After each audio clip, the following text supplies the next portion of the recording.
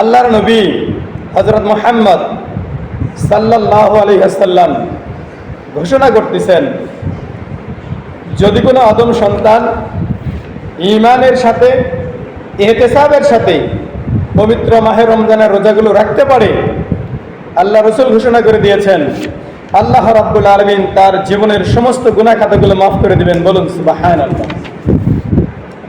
সম্মানিত ভাইরা আমার, সেই ধারাবাহিকতায় একটি একটি দিন করে অতিবাহিত হতে হতে আজকে আল্লাহ রাব্বুল আলামিন আমাদেরকে পবিত্র মাহে রমজানের আল্লাহ রাব্বুল আলামিন উম্মত মুহাম্মাদের জন্য এই পবিত্র মাহে রমজান কেন দিলেন, কি কারণে দিলেন, এর মূল উদ্দেশ্য কি?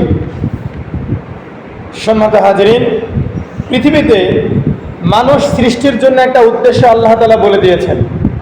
আল্লাহ তাআলা বলেন, ওয়ামা খালাকতুল জিন্না ওয়াল ইনসা ইল্লা লিয়াবুদুন, যে আমি দুনিয়ার বুকে প্রতিনিধিত্ব পাঠাবো, মানুষকে পাঠাই দেব, এর মূল কারণ, একমাত্র কারণ, কেবলমাত্র কারণ, শুধুমাত্র কারণ, তারা পৃথিবীতে এসে আমার গোলামি করবে, আমার দাসত্ব করবে, আমার হুকুম মেনে চলবে।